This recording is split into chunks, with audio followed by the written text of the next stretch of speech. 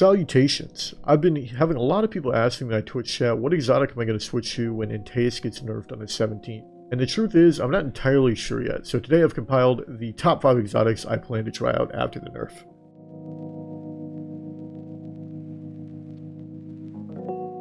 Number 5 is One-Eyed Mask. When it first released, it was the best exotic in the game, without a doubt. It would give you wall hacks on people. You could literally see them through the wall and track them. And then if you killed that person, you would get an overshield and regen all your health. Now, it highlights people. It's basically the same red effect as before, but you can't see it through walls. And if you kill that person that's marked, it gives you a 95 health overshield, which is 50 more than a void overshield from a void titan, which most people don't know about. I think I could be using this because the ability to get an overshield on kills, that's like pretty good. However, One-Eyed Mask doesn't give me any movement speed buff, so it's like, don't really know if it's gonna be my first pick.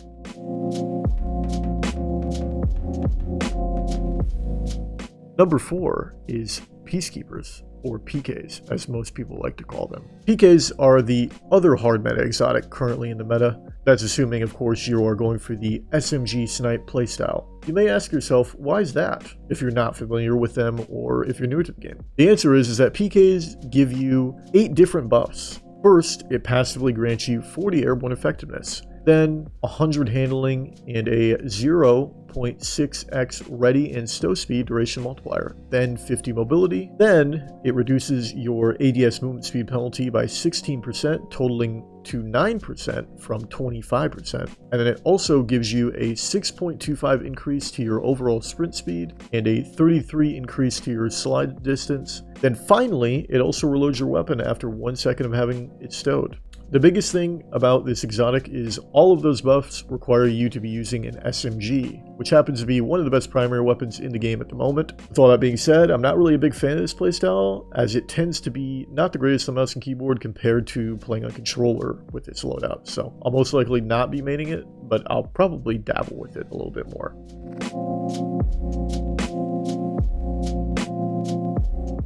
Number 3 is No Backup Plans. This is a very niche exotic that is probably not on a lot of people's radar, but if you're playing Bubble Titan, I think you'd be pretty good. So while you're using the Void Titan subclass, this exotic will give you a Void Overshield and start your health regeneration after 2 rapid shotgun kills. Shotgun kills while you have an overshield will also regen your overshield, and also while you have an overshield, you will do 10% more damage with a shotgun while No Backup Plans are equipped. Like I said previously, this is something you can only use if you're on Void Titan and if you're also using a shotgun, so I don't expect a lot of people to use this or even look at this exotic, but it was something that I've recommended and said I'd be looking at, so I thought I'd mention it.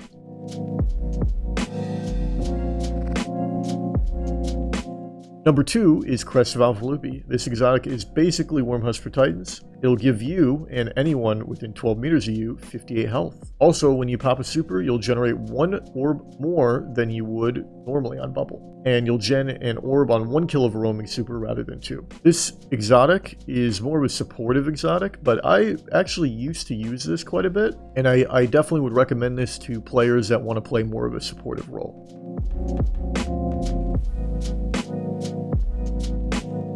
Number 1 is Dune Marchers. Dune Marchers grant 6.25 sprint speed and 33% increase to your slide distance passively. Additionally, they also allow you to chain lightning to people once you have linear accutators activated, which chains targets within 12 meters of the person you melee, and when they are chained, they get hit for 50 damage. This exotic is most likely the one that I'll be picking, which is why I put it in the number 1 spot. I don't really see how it wouldn't be, but you know, anything could happen, and that's why I have a top 5 here, because potentially those other exotics might be more useful in top-end PvP for me. So we'll see. I'm going to make a video on that in the future, so make sure to look out for that video when I eventually do make my other top-end PvP build after Anteaus is nerfed.